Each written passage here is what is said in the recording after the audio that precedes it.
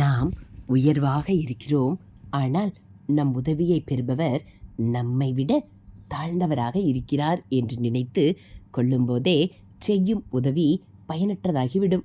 தினமும் தூங்கும்போது இன்று நாம் யாருக்காவது உதவி செய்திருக்கிறோமா என்பதை பற்றி ஒரு நிமிஷமாவது சிந்திக்க வேண்டும்.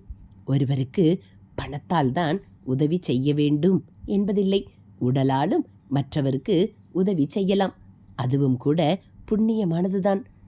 சம்பாதித்த பின் தான தர்மம் செய்யலாம் என்று தள்ளி போடக்கூடாது. அவ்வப்போது செய்வது நல்லது.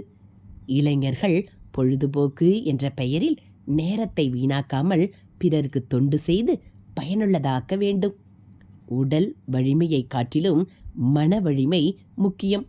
ஒழுக்கத்துடன் இருந்தால் மன வலிமையை எளிதாக பெற முடியும். ஹரஹர சங்கர, ஜெய ஜெய சங்கர, ஹரஹர சங்கர, ஜெய ஜெய சங்கர. மகா பெரியவா சரணம். இது மகா பெரியவா அருள்வாக்கு.